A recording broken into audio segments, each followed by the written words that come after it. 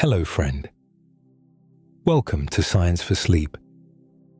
Whether you have returned many times before or are discovering this quiet corner for the first time, this is a place to slow down, learn something gentle, and let the day gradually fall away. Tonight, we are spending time with one of the most familiar animals in the human home. A pet cat may be curled into a soft circle on a pillow, resting so deeply that only the tip of one ear moves. Its paws are tucked beneath its chest. Its breathing is slow. Yet inside that peaceful shape is the complete equipment of a small predator. Each front paw usually has 5 toes, while each back paw has 4. Most of the claws rest inside protective folds of skin when they are not being used. When the cat climbs, grabs, or catches something, muscles and tendons pull those claws forward. Its mouth carries narrow canine teeth for gripping and sharp back teeth for cutting meat. Some of those back teeth are called carnassial teeth. They slide past one another like scissor blades instead of crushing food flat. The cat's eyes face mostly forward, allowing the view from each eye to overlap. That overlap helps the brain judge distance during a leap. If you enjoy these quiet journeys, you're welcome to subscribe. And if it feels natural, to leave a comment sharing where you're listening from tonight. It helps others find this calm corner of science, one sleepy listener at a time. The cat's ears can turn toward faint sounds. Its whiskers are rooted much deeper than ordinary fur. Each whisker sits inside a sensitive follicle, supplied with nerves and blood vessels. This gives the cat detailed information when an object is close to its face. A resting cat may appear soft and still, but its body can change in a moment. The spine bends easily, the hind legs press against the floor, and the animal can spring forward with little warning. A house cat can jump several times its own body length. It can twist in the air, land on a narrow surface, and move with its weight carried on its toes. This basic design is ancient. The domestic cat is called Felis catus. Its closest wild ancestors belong to the African wildcat lineage, known as Felis libica. An African wildcat can look surprisingly ordinary. It is usually sandy grey or brown, with long legs, faint stripes, and a ringed tail. Seen from a distance, it could be mistaken for a lean tabby walking away from a farm. Thousands of years beside people changed the cat, but the greatest changes were behavioral. Dogs were shaped into bodies as different as a Chihuahua and a Great Dane. Many domestic cats still share nearly the same basic shape and hunting movements as their wild relatives. Modern breeds may have folded ears, short legs, or unusual coats, but those features appeared very late. The earliest useful cats did not need to look special. They needed to remain near people, without becoming too frightened to eat, hunt, rest, and reproduce. Cats, with a calmer response to footsteps, voices, smoke, and movement, could stay closer to human settlements. They gained access to shelter, scraps, and the rodents drawn to stored food. Their kittens could inherit some of that calmer nature, while also learning from their mothers.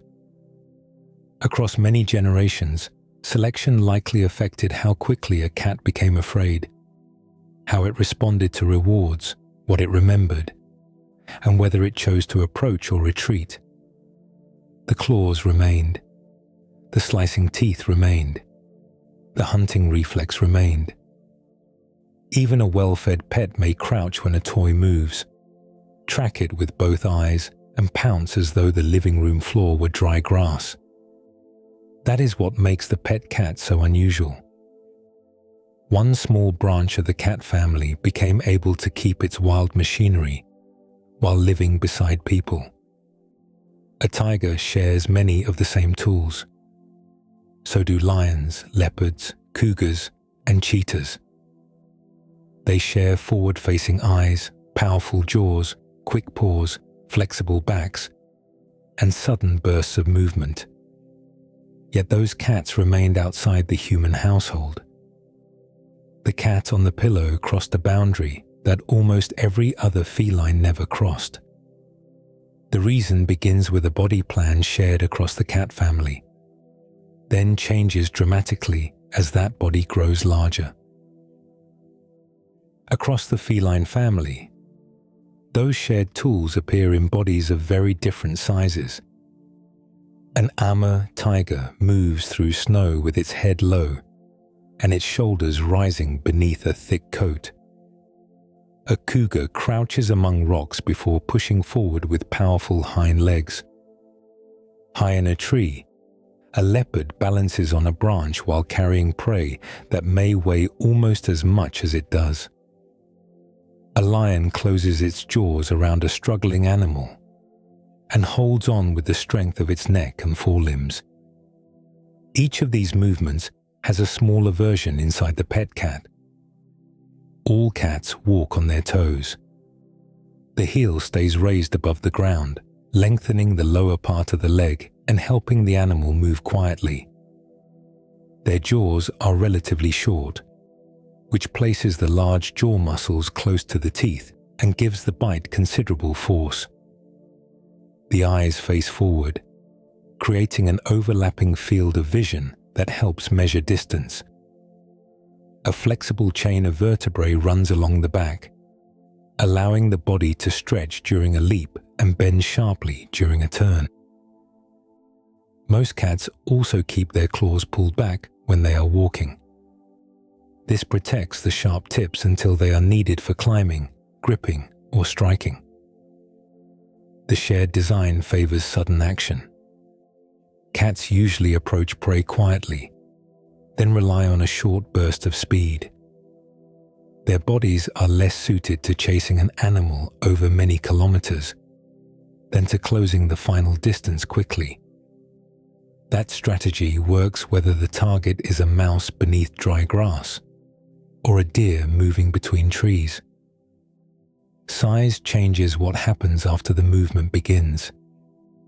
An ordinary adult house cat may weigh around 4 kilograms.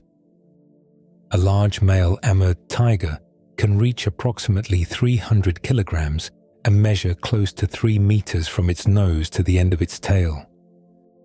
A playful paw strike from the smaller animal may leave a scratch. The same movement from the tiger carries far more muscle, bone, and body weight behind it. Even a defensive reaction that lasts only a second can cause severe injury. Familiarity does not remove that physical difference. Professional tiger keepers generally work through fences, gates, and other protective barriers rather than routinely entering the same space. A tiger can know a keeper's voice and daily routine while remaining powerful enough to make one startled movement dangerous. Its needs also grow with its body. During a large feeding, a tiger may consume about 34 kilograms of meat. A house cat can be fed from a small bowl. A tiger requires large amounts of animal tissue, secure storage, careful handling, and enough space to move away from people when it chooses. Territory expands as well. Wild tigers may travel across many square kilometers while searching for prey and mates. Cougars also occupy broad ranges, particularly where prey is scattered. Leopards often need trees, cover, and room to avoid rivals. Each species brings its own pattern of movement, breeding, and social behavior. Cheetahs provide a different comparison. They are lighter and often appear calmer around people than many other large cats. For centuries, individual cheetahs were trained to hunt beside rulers in parts of Africa and Asia. Their speed, stress sensitivity, and difficulty reproducing reliably under human control kept that history very different from the rise of the house cat. Lions introduce yet another arrangement. They are the most social of the living cats, forming prides that may include related females, young animals, and a smaller number of adult males. That social ability still did not make them suitable for household life. Normal lion behavior includes forceful wrestling, biting, food competition, and territorial defense. Actions that are manageable between lions carry unacceptable danger around humans. Shared ancestry therefore offered only the starting equipment. Body mass changed the force of every movement. Food needs affected how many animals people could support. Territory shaped whether a cat could remain near one settlement. Breeding behavior determined whether generations could be managed without continually taking animals from the wild. The cost of a mistake rose with every increase in size. A pet cat occupied a rare position within those limits. It was large enough to hunt the rodents living beside people, yet small enough to share rooms, barns, and ships without making every sudden reaction a crisis. That narrow opening did not belong to the whole cat family. It belonged to a lean wildcat hunting small prey across the dry landscapes of Africa and the Near East. That lean hunter belonged to a lineage known as Felis libica, the African wildcat. Its descendants now live in homes on nearly every continent, although the original animal could easily pass unnoticed beside a modern tabby. An African wildcat usually has a sandy grey or pale brown coat. Faint stripes cross the legs and sometimes the body, while darker rings circle the tail. Its legs often look slightly longer than those of a typical pet cat. The body is narrow, the ears stand upright, and the coat blends into dry grass, bare soil, and low scrub. Across North Africa and parts of the Near East, these markings help the animal disappear into landscapes shaped by heat and limited rainfall. A wildcat may rest during the brightest part of the day, hidden beneath vegetation or inside a rocky shelter. As evening arrives, it begins moving through its territory, with its body held close to the ground. Its ears search for the scratching of a mouse beneath leaves, or the faint movement of a vole near its burrow. Small birds, lizards, young rabbits, and insects may also become prey when the opportunity appears. Most captures provide only a modest amount of food. That encourages the cat to hunt repeatedly, rather than depend on one enormous meal. A mouse can be carried in the jaws and eaten within minutes. Another may be caught later the same night, followed by several more hunts before the animal rests again. This way of feeding placed the wildcat near a very useful boundary. Its prey was small enough to live wherever seeds, shelter, and scraps became concentrated. The cat's own body was also small enough to follow those animals without requiring vast herds or large carcasses. A settlement could support mice long before it could support a lion or tiger. The wildcat could benefit from that settlement while continuing to eat the same kinds of prey it had always hunted. Human food did not need to become cat food. Stored human food simply created more opportunities for rodents. The precise ancestry of today's domestic cats has become clearer as scientists have recovered genetic material from ancient bones. Earlier genetic work strongly connected domestic cats with wildcats living in the Near East. That matched the idea that cats first moved closely beside people as farming spread through that region. Larger sets of ancient genomes have since given North African wildcats a more important place in the story, especially in the ancestry of domestic cats that later spread through Europe. A genome is the complete set of genetic instructions carried inside an organism's cells. By comparing genomes from ancient cats, modern pets, and living wildcat populations, researchers can trace which groups shared recent ancestors. The route remains more complicated than a single line drawn across a map. People may have formed close relationships with wildcats in more than one region and at more than one time.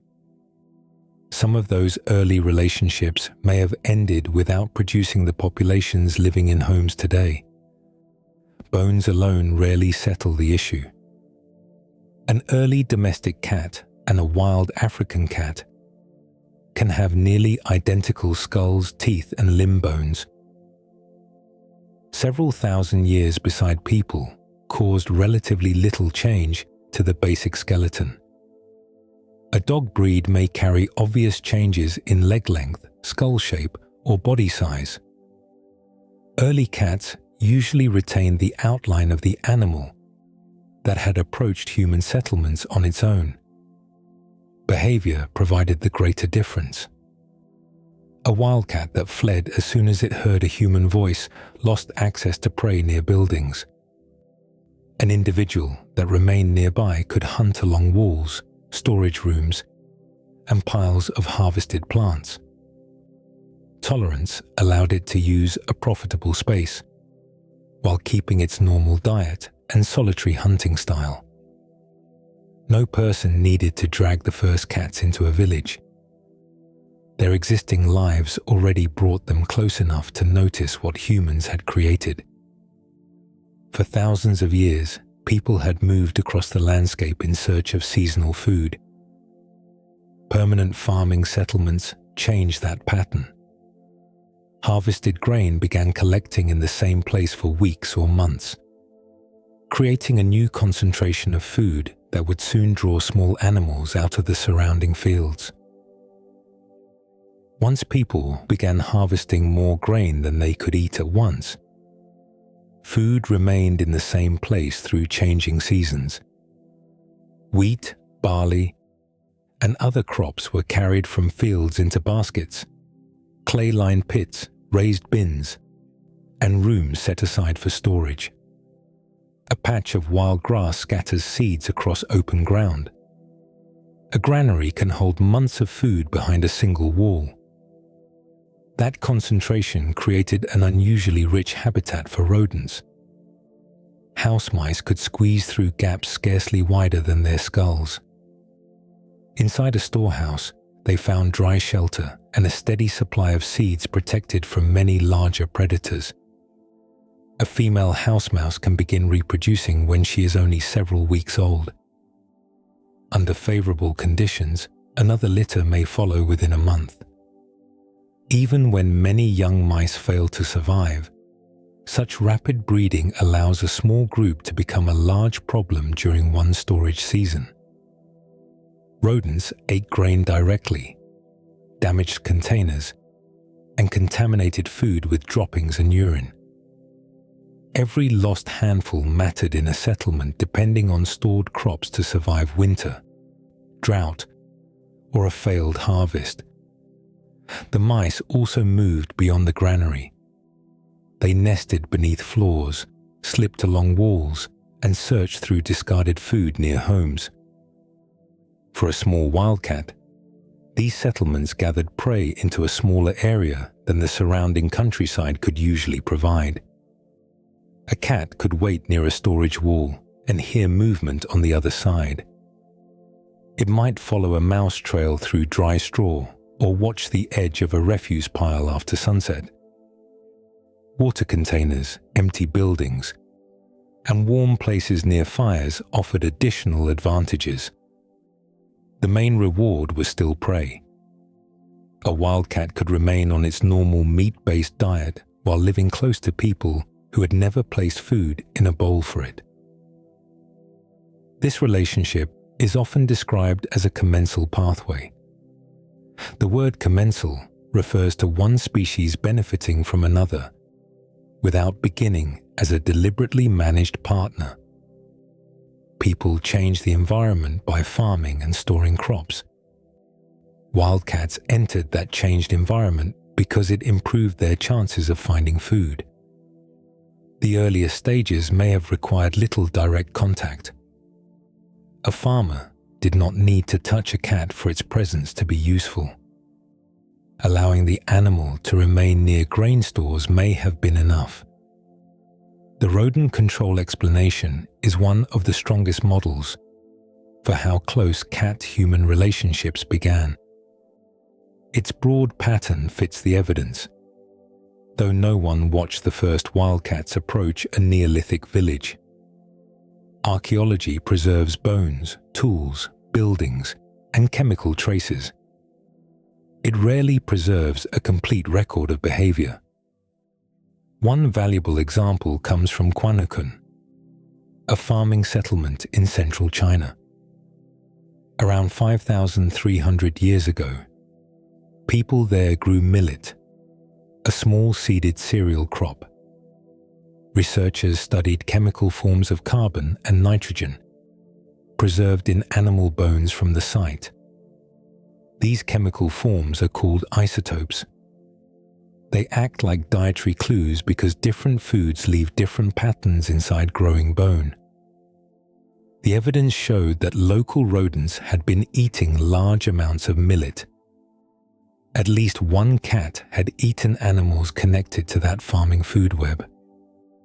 Another cat appeared to have consumed more millet-based food than a strict hunter normally would, perhaps by eating scraps or food supplied by people.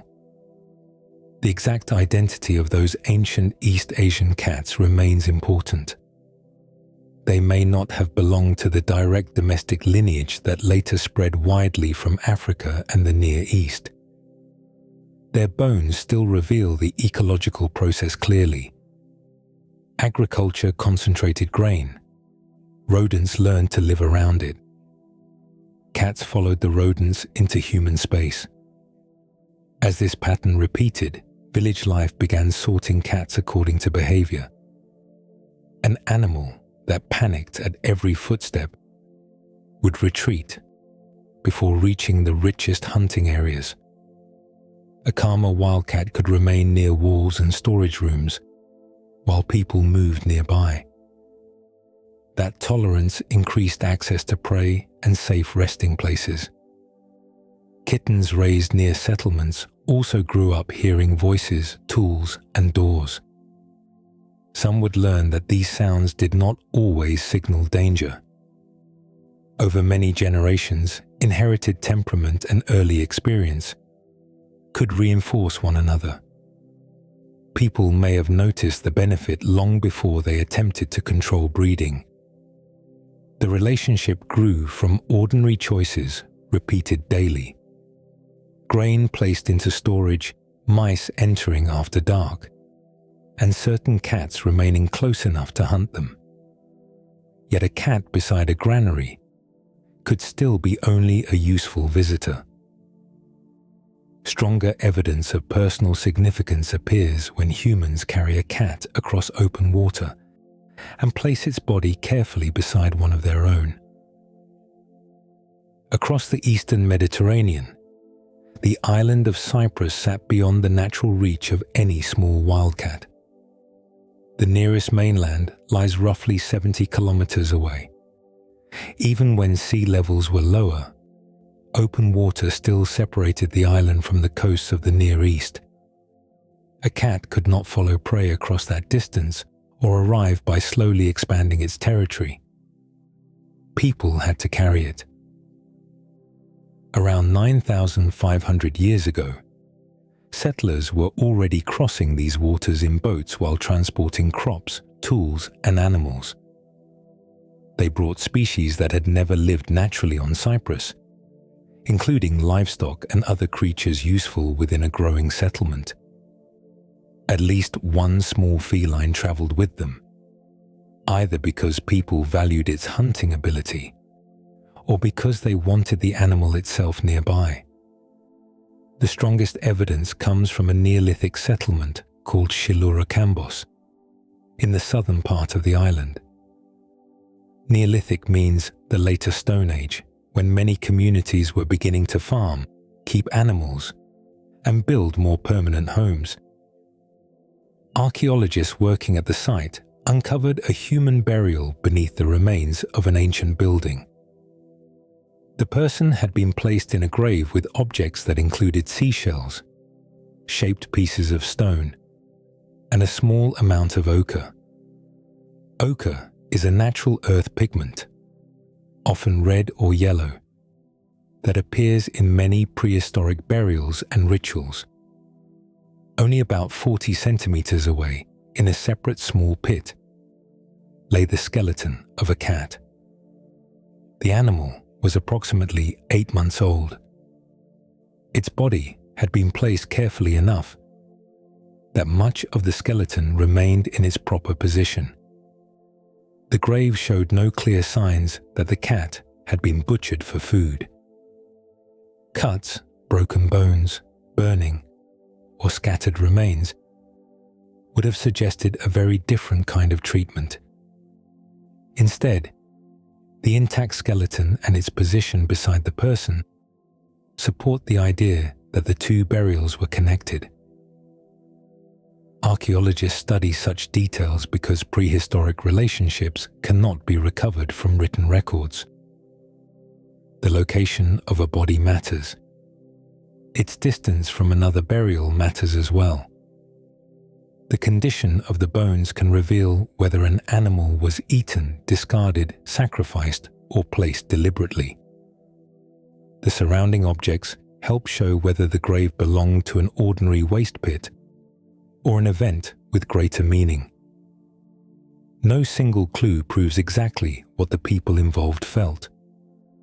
Together, the clues create a strong case that this young cat held some form of special importance.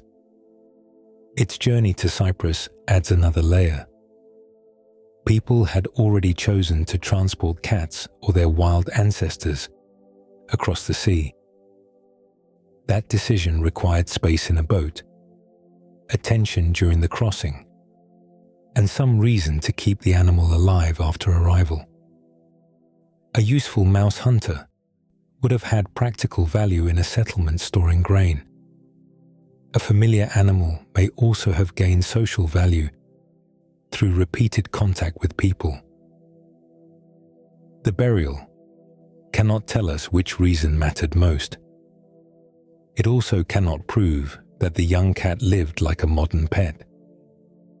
There is no collar, feeding bowl, or written description of it sleeping beside a family.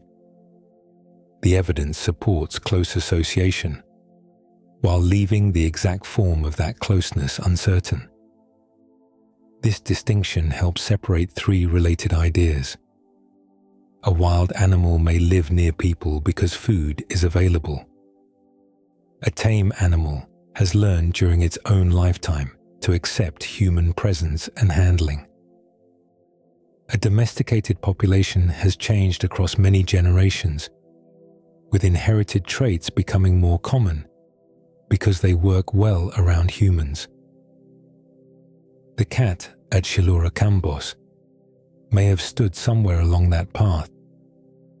It had been transported far beyond the natural range of its ancestors and placed near a human after death. Those facts reveal more than a wildcat passing through a village. They still cannot show whether its descendants became part of the lineage now living in homes around the world. Domestication has no single doorway, and no exact day when every animal on one side suddenly becomes domestic. It develops as small differences in fear, learning, reproduction, and human tolerance accumulate across generations. The young cat on Cyprus offers one clear moment within that much longer process. To understand how repeated moments like this could reshape an entire population, the story must move from one carefully buried animal to the many wildcats choosing how close they could safely live beside people. Among the wildcats moving around an early settlement, fear would have varied from one animal to another. Some fled as soon as a person appeared in the distance. Others stayed hidden beneath a wall or behind stored grain until the movement passed. A particularly tolerant cat might continue hunting, while voices, footsteps, or tools sounded nearby. That small difference could decide which animal reached the richest feeding ground. Imagine two wildcats approaching a granary after sunset. One stops 50 meters away when it smells smoke and hears people talking. The other advances 20 meters closer and waits beside the outer wall. Mice emerging through cracks become available to the second cat, while the first searches across open ground. A few extra captures each week could improve survival and leave the calmer animal in better condition for breeding. Over time, villages repeatedly rewarded the same kinds of behavior. Cats willing to investigate human structures found concentrated prey. Those able to rest inside sheds gained shelter from bad weather and larger predators. Animals that recovered quickly after a frightening sound could return to hunting sooner. This process is sometimes described as self-domestication. The phrase can sound as though cats deliberately chose to transform themselves. The biological process worked through ordinary differences between individuals. Less fearful cats gained better access to useful spaces, survived there, and produced kittens nearby. Learning also mattered. A young wildcat entering a barn for the first time might react strongly to a closing door. After many harmless experiences, that sound could lose some of its power. The animal had changed its response during one lifetime. Domestication reaches further, because some behavioral tendencies pass from parents to offspring. A kitten may inherit a nervous system that becomes alarmed quickly. Another may inherit a greater tendency to investigate unfamiliar movement. Genomic comparisons between domestic cats and wildcats have identified areas of DNA connected with fear conditioning and reward-based learning. Fear conditioning is the process through which an animal links a sight or sound with danger. Reward learning allows it to remember which actions lead to food, safety, or comfortable shelter. These genetic findings do not point to one simple tameness gene. Behavior develops through many genes working together with experience. The mother adds another layer. Kittens begin observing her reactions while they are still very young. When she remains near a familiar person, her calm behavior provides information about the situation. A mother that bolts at every human movement teaches a different lesson through the same daily example. Kittens raised near buildings also become familiar with scents, surfaces, and sounds that would be unusual farther from settlement. Inherited temperament and early learning could therefore reinforce each other. The transformation remained limited in several important ways. Domestic cats continued mating with nearby wildcats wherever their ranges overlapped. Many could still feed themselves without direct human care. Their bodies remained strongly adapted to animal tissue. Cats require nutrients such as taurine and preformed vitamin A from meat. because their metabolism cannot produce enough of them from plant ingredients alone. Their digestive system also stayed specialized for a protein-rich diet. Dogs experienced genetic changes that improved the digestion of starch during their long association with human food. Cats followed rodents rather than relying heavily on cooked grain, so the same dietary shift never became central to their domestication. Appearance also remained secondary for thousands of years. Most early cats probably wore striped coats resembling their wild ancestors. Ancient DNA suggests that the genetic variant producing a blotched tabby pattern became widespread only after the Middle Ages. A blotched tabby carries broad swirls along the sides instead of narrow vertical stripes. That late change shows how slowly people began selecting cats mainly for visible traits. For much of their shared history, hunting ability and tolerance carried greater value than unusual fur. The domestic cat therefore emerged through many quiet generations, rather than an organized breeding plan. Each village created a small test of which cats could live closest to people. Successful animals reproduced within that setting, while keeping much of their original anatomy and independence. A larger civilization could take this loose relationship much further. Along the Nile, cats entered crowded settlements, appeared in art, and became connected with institutions powerful enough to manage animals on a new scale. Long before cats appeared beside Egyptian gods in painted temples, people in Upper Egypt were already keeping individual felines close enough to affect their lives. One of the clearest early examples comes from Hierakonpolis, an ancient settlement beside the Nile, about 600 kilometers south of modern Cairo.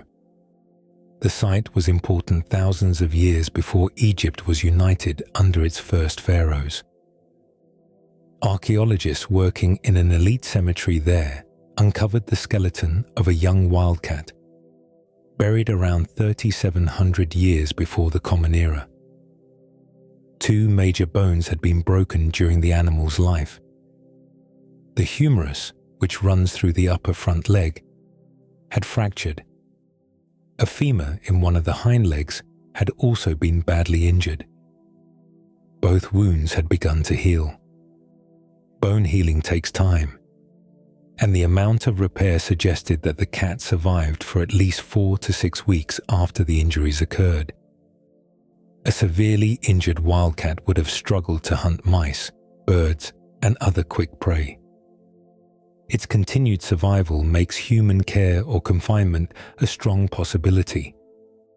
Someone may have supplied food while the bones joined together. The animal may also have been kept in a restricted space, perhaps explaining how such serious injuries happened in the first place. No written record tells us how the cat was treated. Its skeleton still shows that people had become involved in the life of an animal that normally depended on its own speed. Evidence from the same cemetery later became even more revealing. Another burial, dated to roughly 3,800 to 3,600 years before the Common Era, contained 6 cats placed together. The group included 1 adult male and 1 adult female. 4 kittens lay with them, representing 2 different stages of growth and probably 2 litters. A random group of wildcats would be unlikely to die at the same moment and remain arranged together in one grave. The mixture of adults and kittens suggests that people were controlling a small breeding group or keeping related animals within the settlement. Human involvement had moved beyond simply allowing a useful hunter to remain near grain. People were now capable of feeding cats, restricting their movement, and influencing which animals reproduced nearby. Over the centuries that followed, cats became increasingly visible within Egyptian homes and artwork. Paintings from tombs sometimes show cats sitting beneath chairs occupied by their owners. That position placed them inside scenes of family life, clothing, food, and household furniture. Some cats wear collars. Others appear near stored goods or beneath tables, where they may have watched for rodents. One famous image from the tomb of Nebamun, painted around 1350 years before the Common Era, shows a cat helping during a bird hunt in the marshes. The animal grips one bird, while several others rise among papyrus plants. The scene may include symbolic meaning, yet it also reflects close observation of feline hunting behavior. Religious importance developed alongside this household presence. The goddess Bastet became closely associated with protection, fertility, the home, and feline form. Her major cult center stood at Bubastis in the Nile Delta. Pilgrims traveled there for festivals and brought offerings connected with the goddess. Egyptian respect for feline symbolism did not mean that every living cat was treated as sacred or pampered as a family companion. Religious institutions operated large systems that required animals for ritual use. Many cats were bred specifically to become votive offerings. A votive offering was an object or animal presented to a deity as part of a prayer, promise, or act of devotion. After death, these cats were wrapped and mummified. Some were placed in decorated containers, while enormous numbers entered underground galleries and temple burial grounds. Modern scans have shown that certain bundles contain complete cats. Others hold only partial remains, and a few contain little animal material at all. The practice reveals organized breeding, trade, skilled preparation, and a large religious economy built around feline bodies. Egypt therefore gave cats several roles at once. They could protect food stores, live within households, or carry religious meaning. Institutions also managed them in numbers far beyond the loose relationships of an early farming village. For a long time, this evidence supported a simple path from Near Eastern farms into Egyptian homes, and then outward across the ancient world. Bones from wild and domestic cats look so similar, however, that their true ancestry remained hidden until genetic material began revealing where different populations had actually come from. That ancestry remained hidden inside bones that often looked almost identical. A small feline skeleton found beside an ancient settlement may belong to a wildcat, a domestic cat, or an animal whose parents came from both groups. The skull offers few obvious answers. Tooth size overlaps, and the long bones of the legs can fall within the same range. Domestic cats change less in body shape than animals such as cattle or dogs, leaving archaeologists with very little skeletal evidence to separate them. For many years, location supplied much of the interpretation. A cat bone discovered inside an early farming village seemed likely to come from an animal living with people.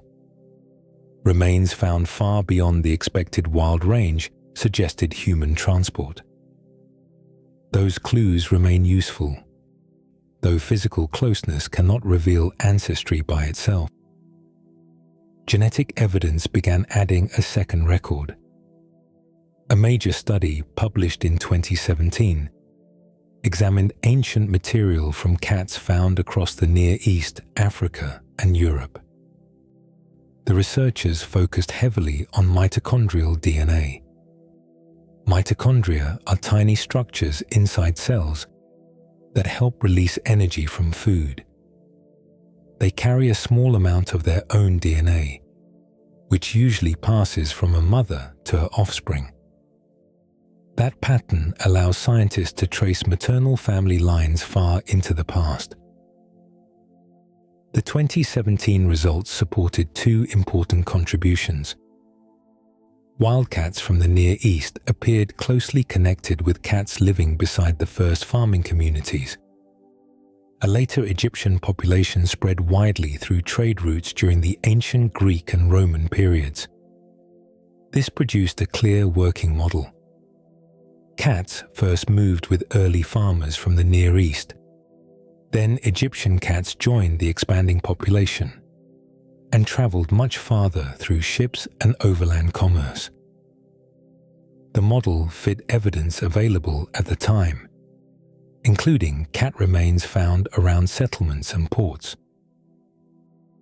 Ancient DNA is often damaged, however. Heat, moisture, soil chemistry, and thousands of years of decay break long genetic strands into short fragments. Mitochondrial DNA survives in useful quantities because each cell contains many copies, though it represents only one narrow part of an animal's ancestry. A whole genome provides a much broader view.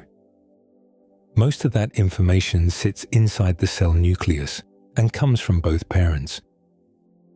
Comparing many points across a whole genome can reveal relationships that one maternal line leaves hidden. In 2025, researchers published a larger genomic study that changed the European timeline. They analyzed 87 ancient and modern cat genomes. The results gave little support to the idea that domestic cats had accompanied the first Neolithic farmers into Europe thousands of years earlier. Cats ancestral to many modern European house cats appeared to arrive from North Africa around 2,000 years ago. Their expansion fits the period when Roman shipping, military movement, and trade connected North Africa with ports across the Mediterranean. This later arrival does not erase the early cat carried to Cyprus, or the wildcats living around ancient farms. Those relationships still show that people were transporting felines and forming close associations with them. The newer evidence separates those early encounters from the population that eventually became widespread across Europe. Some close human-wildcat relationships may have ended without leaving many descendants among modern pets. Others may have involved local wildcats that mixed with incoming domestic animals. Sardinia adds another layer. Genetic evidence suggests that Northwest African wildcats reached the island during a separate, earlier movement.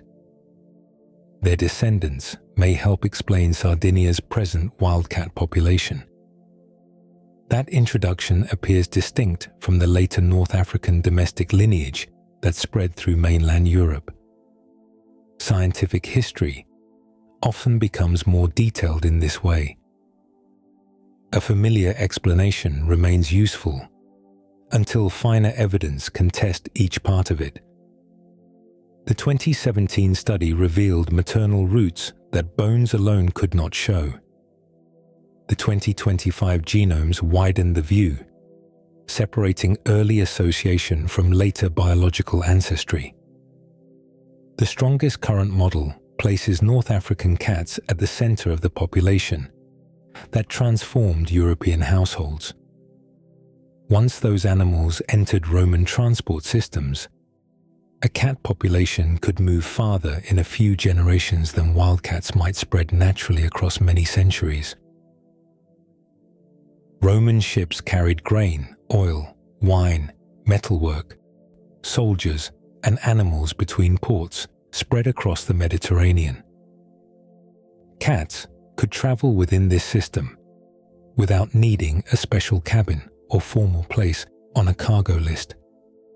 A vessel loaded with grain created the same opportunity as an early village storehouse. Mice entered sacks, nested between wooden beams, and fed inside the dark hold. A cat tolerated aboard the ship could hunt those rodents during a voyage lasting days or weeks. When the vessel reached port, the animal might remain near the warehouses or move onward with another load. Roman cities offered similar conditions on land. Grain arrived in bulk and waited inside storage buildings before being distributed. Military forts kept supplies for large groups of soldiers. Markets produced refuse, while workshops and homes provided sheltered spaces where mice could breed. A useful cat could move among these places with little direct management. People only needed to allow it aboard, feed it occasionally, or avoid driving it away. Genomic evidence now places the major spread of domestic cats through Europe during the Roman imperial period. Under the strongest current model, cats with North African ancestry reached mainland Europe around 2,000 years ago. They appear to have reached Britain by approximately the 1st century of the Common Era, when Roman ships and armies were linking the island with continental supply networks. This pace would have been impossible through natural expansion alone. A wildcat population spreads as young animals leave their birth territories and establish new ones nearby. That movement usually advances across connected habitat in small steps. Human transport allowed a cat to cross hundreds of kilometers of sea during one voyage. Roads and caravans carried the relationship even farther inland. A cat could leave a Mediterranean port, pass through a city, and eventually reach a military settlement well beyond the landscape occupied by its ancestors. The same pattern appeared far to the east. At Jankent, in present-day Kazakhstan, archaeologists discovered most of a cat skeleton within the remains of a medieval settlement. The animal lived sometime between about 775 and 940 of the Common Era. Jankent stood near routes connecting settled communities of Central Asia, with trade networks running north of the better-known Silk Road. Goods, people, and animals moved through a region where mobile herding traditions were meeting increasingly permanent urban life. The cat was at least 58 weeks old when it died. Changes in the bone suggested that it may have lived considerably longer. Several injuries and diseases had affected its body. These abnormal conditions are called pathologies, meaning visible signs of damage or illness preserved in the skeleton. Some had healed or developed slowly enough to show that the cat survived with them for a meaningful period. A wild hunter suffering serious injury may struggle to catch enough prey. Survival becomes more likely when people provide food, shelter, or protection from other animals. Chemical evidence from the bones also gave clues about diet. The cat had eaten a protein-rich mixture that differed from what researchers expected in local wild felines. Its food may have included fish or scraps connected with human settlement. The nearly complete skeleton, unusual diet, and evidence of survival through illness all support the view that this was a domestic animal living closely around people. Its presence also marks a broader change in the landscape. Permanent stores of food supported rodents, while dense settlements gave cats repeated shelter. A feline that once followed the edges of farms had become part of a commercial town far from North Africa. Similar movements carried cats into colder winters and wetter climates. Their coats still followed the familiar striped pattern of the ancestral wildcat. Selective breeding for flat faces, folded ears, or carefully controlled colors belonged to a much later age. Most traveling cats were valued for practical abilities and their willingness to remain near people. The cat had become a quiet passenger within human civilization. Ships carried it beyond oceans and roads drew it across continents, while settlements recreated the ecological bargain at every stop. Travel alone, however, could never define domestication. Human history also contains lions displayed by rulers, leopards kept in royal collections, and cheetahs trained to hunt beside people. Some of those individual animals became remarkably calm around their handlers, yet their species followed a very different path. A cheetah moving with a royal hunting party could appear remarkably comfortable among people. Handlers fitted the animal with a collar and sometimes covered its eyes during travel, so that passing movement would not excite it too early. When suitable prey appeared, the cheetah was released to chase an antelope or deer across open ground. It responded to familiar people, accepted restraint, and returned to human care after the hunt. For many centuries, rulers and wealthy families kept hunting cheetahs in parts of Africa, the Middle East, Central Asia, and South Asia. The practice became especially famous in India. Emperor Akbar, who ruled much of the region during the 16th century, was described as keeping a very large collection of trained cheetahs. Historical totals are difficult to verify precisely, though surviving records show that the animals formed an organized part of royal hunting life. A calm cheetah beside a handler demonstrates how much one animal can learn. Repeated feeding teaches it to associate people with food. Gentle handling can reduce its reaction to touch. Daily routines make carts, collars, voices, and crowded camps familiar. These changes happen within the animal's own lifetime. That process is called taming. A tamed animal learns to tolerate or cooperate with people through experience. Its offspring do not automatically inherit every learned response. A cub born to calm parents may still require careful handling before it accepts close human contact. Domestication operates across a much larger span of time. A domestic population reproduces around humans for generation after generation. Animals with useful inherited traits leave more offspring within that setting. Temperament, development, reproduction, and sometimes body shape gradually shift as those traits become common. Reliable breeding, therefore, sits at the center of domestication. Historical hunting cheetahs created a serious problem for anyone trying to build such a population. Most were captured from the wild. Keeping one animal calm was possible, while producing many healthy cubs under human control proved far less dependable. Cheetahs can reproduce in captivity, and modern zoos have raised many litters. Success has required careful attention to space, stress, health, and mate choice. Female cheetahs usually live alone outside the period when they are raising cubs. They may respond differently to different males, so placing any available pair together does not guarantee mating.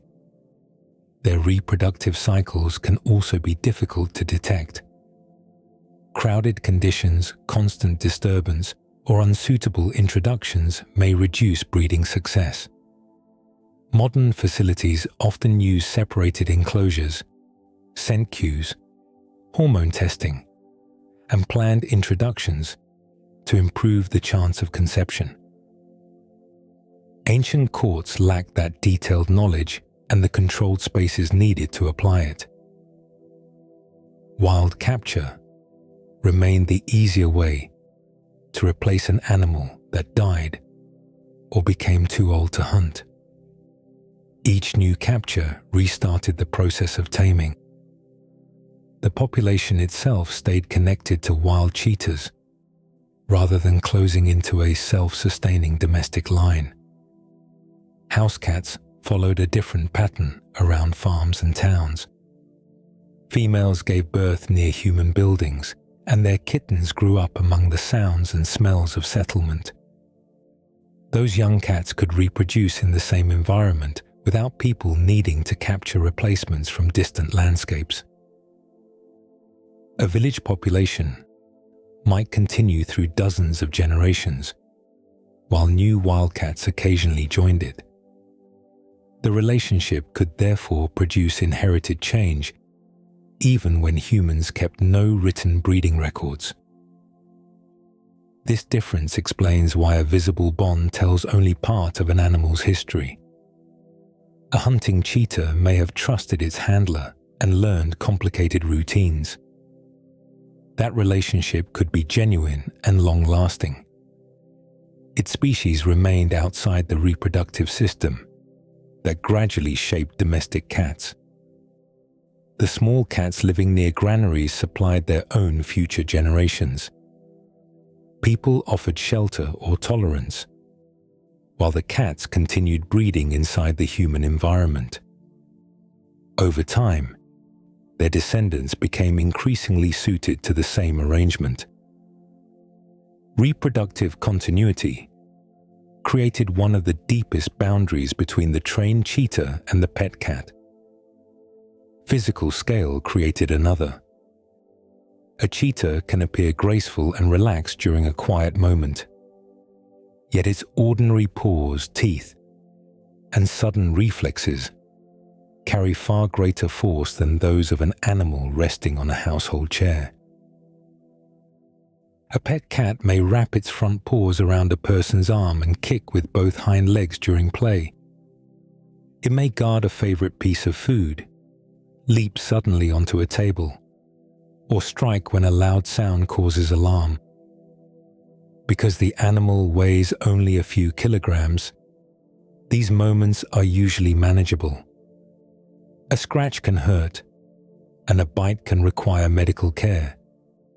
Yet a person can step away or place a door between themselves and the cat. Scale changes the result before temperament even enters the picture. A male Amur tiger can weigh about 300 kilograms. Even the smaller Sumatran tiger may reach roughly 140 kilograms, far heavier than most adult humans. The shoulders contain dense muscle for pulling down prey, while the forelegs end in broad paws, armed with curved claws. A quick paw movement carries the force of that entire limb.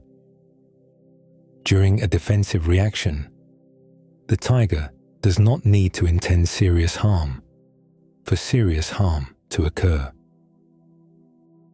Professional keepers can develop familiar routines with individual tigers and learn their habits over many years. They still use protected contact systems. Fences, sliding gates, and feeding hatches keep a physical barrier between the keeper and the animal. The barrier remains necessary because trust cannot reduce tooth length, body weight, or reflex speed. Food requirements create another limit. A tiger may consume more than 30 kilograms of meat during a large feeding event. In the wild, that food comes from animals such as deer or wild pigs. A successful kill may be followed by several days without another meal, so the tiger is adapted to eating a large amount when prey becomes available. Supporting even a small breeding population would require a steady supply of carcasses, secure handling areas, and enough space to prevent conflict. Territory adds still more difficulty. Wild tigers live largely alone and communicate across broad landscapes through scent marks, scratches, and calls. Their ranges vary with prey density. In rich habitat, a female may use several dozen square kilometers. Where food is scattered, male territories can extend across hundreds of square kilometers. A household, courtyard, or ordinary farm cannot provide the distance a tiger uses to hunt, avoid rivals, and choose where to rest.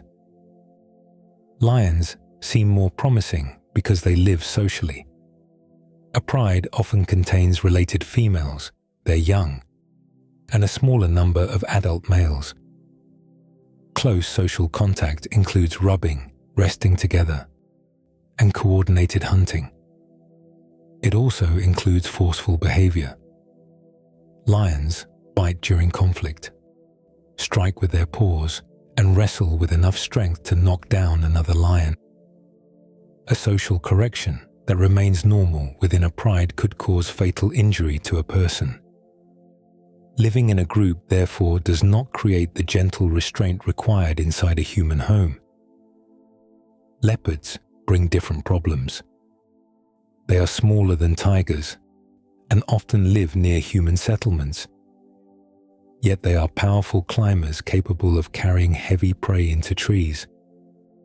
Their secretive nature, territorial habits, and ability to strike from close range make ordinary containment extremely demanding.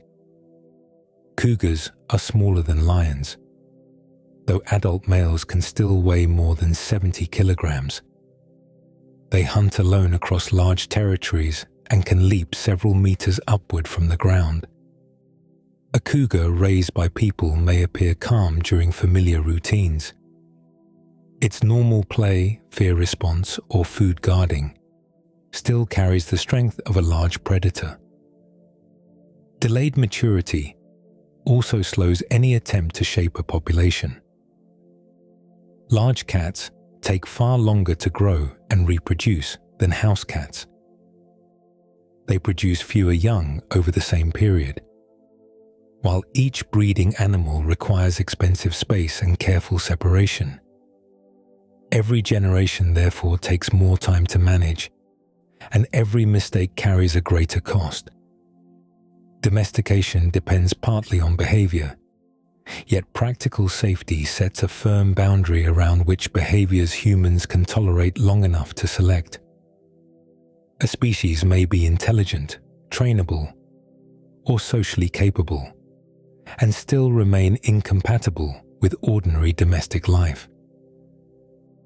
The house cat entered a much narrower space. Its body was powerful enough to catch rodents and small enough for humans to survive its errors. That balance allowed people and cats to remain close across thousands of generations. Inside the smaller body, however, the old hunting sequence continued to operate. It still appears whenever a quiet cat lowers its shoulders, fixes its eyes on a moving object, and prepares to spring. A strip of fabric moves slowly across the floor, and the cat's body changes almost at once. Its head turns first. The ears rotate toward the faint scrape, while the eyes settle on the moving edge. A moment earlier, the animal may have been resting with one paw folded beneath its chest. Now the shoulders lower, the belly approaches the floor, and the hind legs shift into position. This sudden focus follows an ancient sequence of movements used for hunting small prey. The sequence often begins with orientation. A sound, scent, or motion draws the cat's attention toward one part of its surroundings. Tracking follows as the head and eyes adjust to changes in direction.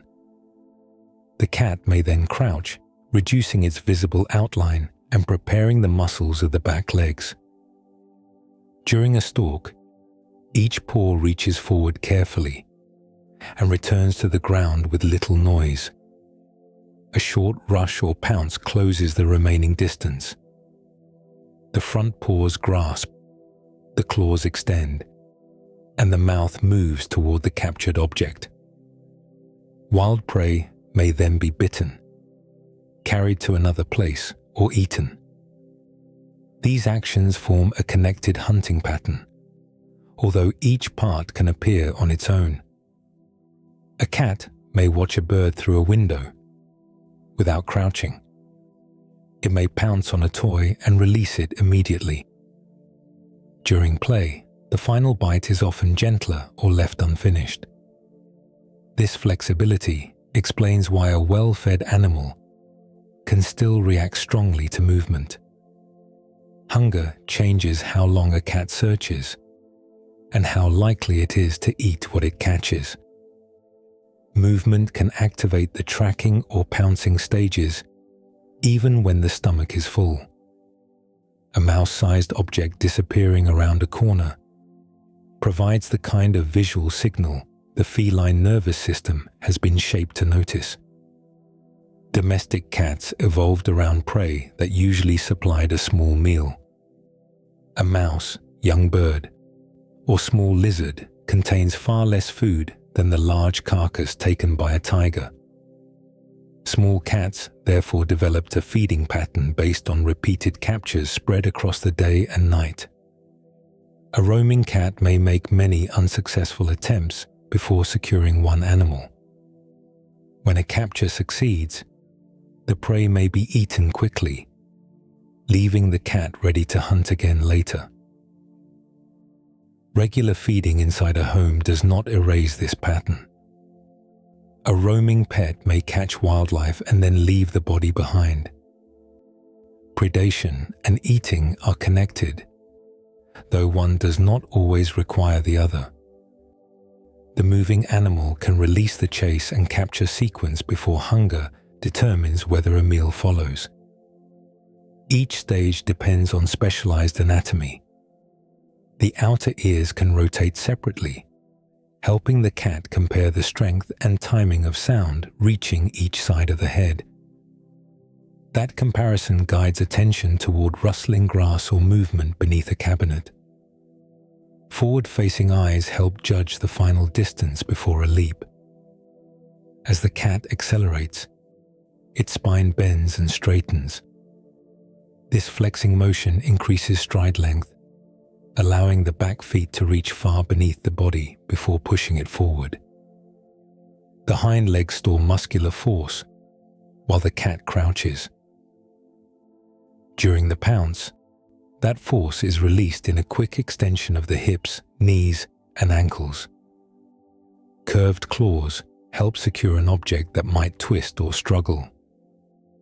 At very close range, vision becomes less useful because the eyes cannot focus clearly on something pressed near the face. The whiskers then provide detailed information about contact and movement. Their roots sit inside sensitive follicles supplied with nerves. When prey shifts against them, the cat can adjust the position of its mouth and paws without needing a clear view. A toy dragged away in short, uneven movements can activate several parts of this system. The stalking offers controlled movement. A sudden change of direction invites pursuit, while capture provides resistance beneath the paws. Indoor play gives the cat a safe place to perform these inherited actions, especially when the toy can be caught at the end. It does not remove the deeper hunting motivation. It gives portions of the sequence an appropriate target. An ankle chase may sometimes grow from the same movement response, though excitement, frustration, and learned attention can also contribute. A paw striking an object can serve exploration as easily as play. Feline behavior rarely has one fixed meaning without the surrounding details. The animal following a toy remains the same cat that rests beside a person a few minutes later. Its predatory movements continue inside a social household because hunting and companionship rely on different parts of its behavior. The hunt was usually performed alone, Yet life around concentrated food allowed cats to develop relationships that extended far beyond the moment of capture. A mouse provides little reason for several adult cats to hunt together. Once divided, the meal would offer too little energy to reward a group. For a small feline, working alone is usually more efficient. One cat can listen, approach quietly, and pounce without coordinating its movements with another hunter. This helps explain why domestic cats rarely form organized hunting teams. It does not mean they must spend their entire lives alone. Hunting behavior and social behavior respond to different conditions. A cat may catch prey by itself, then return to rest beside a familiar companion. Biologists sometimes describe domestic cats as facultatively social. This means they can live alone or form social groups depending on food, space, family relationships, and earlier experience. Their social arrangement changes with the environment rather than following one fixed pattern. The clearest examples appear among free-ranging cats living near farms, fishing ports, markets, or buildings where people provide food. When meals appear in one dependable place, several cats can remain nearby without needing to cooperate in a hunt. The concentrated resource makes regular contact possible. Groups often develop around related females. A mother may remain close to her grown daughters, while younger females settle near the area where they were born. Adult males usually travel across larger ranges and may visit several groups, especially during the breeding season. Within a stable group, certain cats spend far more time together than others. A friendly approach often begins with the tail held upright. The cats may touch noses briefly, then rub their cheeks or sides against one another. This rubbing leaves scent behind and also helps maintain familiarity. Closely bonded animals may groom areas that are difficult to reach alone, including the head and neck. They sometimes sleep with their bodies touching, especially in cool conditions or secure resting places. Females may also share parts of kitten care. In some groups, one mother nurses kittens born to another female. A nearby cat may remain with the young, while their mother leaves to find food. Communal care is most likely when the females are related and already comfortable with one another. Even then, the group does not function like a wolf pack. Wolves often travel and hunt cooperatively, with coordinated roles during the pursuit of large prey. Cats in a colony usually leave the group to hunt alone.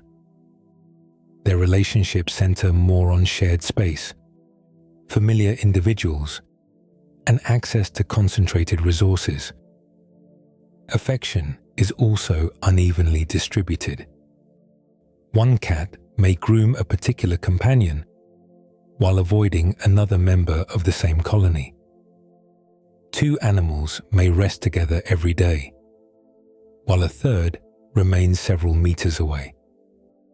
A visible cluster of cats can therefore contain several smaller social relationships, rather than one united group. The same principle applies inside a home. Two cats living under one roof are not automatically friends because they rarely fight. They may simply divide the space and avoid close contact. One might use the upstairs rooms during the day, while the other rests downstairs. A narrow hallway, single feeding station, or only one favored windowsill can force them into repeated encounters. Tension may appear through staring, blocking doorways, hiding, reduced appetite, or one cat waiting until the other has left before approaching a litter area. Research on stress in multi-cat homes has produced mixed results because the number of animals tells only part of the story. Compatibility matters greatly. The arrangement of resources can be just as important. Several cats may live comfortably when they have separate resting places, multiple water sources, and more than one route through shared rooms. A pair with poor compatibility may remain stressed even in a large house. Familiarity usually develops slowly. Scent, repeated harmless encounters, and the ability to retreat help each animal learn what to expect. Forced closeness can interfere with that process because a cat feels safest when it controls its distance from others. Domestic cats therefore carry a broad social capacity alongside their solitary hunting style. They can form lasting bonds without depending on a group for every part of survival. That flexibility made life near humans possible, though each cat still has to learn which voices, hands, and moving bodies belong within its circle of safety. Much of that learning happens during a brief period near the beginning of life. Two kittens can be born with almost the same domestic ancestry and still grow into very different adults. One may spend its earliest weeks inside a home, hearing cupboards close and people speaking nearby. The other may grow beneath an abandoned building with little direct human contact. By 6 months of age, the first kitten may climb willingly onto a lap. The second may disappear into a hiding place as soon as a person enters the room. Much of this difference begins during a sensitive period early in development. For social comfort around humans, the strongest window is usually placed between about 2 and 7 weeks of age. Some researchers extend meaningful sensitivity toward roughly 9 weeks. During this time, the kitten's nervous system is rapidly sorting new experiences. A soft voice may become familiar. The smell of human skin may become connected with warmth and feeding. Hands can be learned as gentle sources of touch rather than sudden objects reaching from above. This process is called socialization. Socialization happens when repeated, safe experiences teach an animal which beings and situations belong within its normal world. A kitten does not need to meet every possible kind of person. Regular contact with several calm humans can make later differences in voice, body size, and movement easier to accept. Short periods of gentle handling often work better than one overwhelming encounter. The kitten should remain able to move away and settle. Being held tightly while struggling can teach that human contact leads to fear. Positive exposure is most useful when it remains predictable and ends before the animal becomes distressed. Fear responses also change as kittens grow. Very young kittens approach much of their surroundings with curiosity because they are still learning what deserves caution. As the nervous system matures, unfamiliar sights and sounds are more likely to trigger retreat. An experience first encountered at 12 weeks may therefore feel more threatening than the same experience introduced calmly at 4 weeks. Early timing matters, though it does not determine every outcome. Inherited temperament can make one kitten naturally bolder than its littermate. The mother also shapes how the young respond. Kittens watch whether she remains relaxed when people approach or leads them quickly into hiding. Her milk, warmth, and presence help regulate stress during these early encounters. Illness or poor nutrition can reduce a kitten's ability to explore. Pain may cause handling to become associated with discomfort. A noisy environment with frequent restraint can produce caution even when humans are present every day. Later experience continues adding to the pattern. A cat handled gently during kittenhood may become fearful after repeated rough treatment. An older animal with little early contact may gradually learn to trust one patient caregiver. Learning remains possible throughout life because the brain continues forming new associations. Progress after the early sensitive period is often slower and less predictable. Some adult cats adjust to indoor life over weeks. Others require many months before they allow close approach. A few remain most comfortable living with distance from people. The words pet, stray, and feral describe social history more clearly than appearance. A stray cat may have lived inside a home and later become lost or abandoned. It might avoid strangers outdoors while still understanding doors, food bowls, and human routines. Given time, many strays begin seeking contact again. A feral cat usually developed without close socialization to people, especially during the early weeks of life. Its coat may look identical to that of a cat sleeping on a sofa. The difference appears in behavior. Close eye contact, reaching hands, and enclosed rooms may feel intensely threatening. Adult feral cats vary widely. Some learn to accept regular caregivers while continuing to avoid touch. Certain individuals eventually adapt to indoor homes. Others experience less stress when they remain in managed outdoor settings with food, shelter, and veterinary care.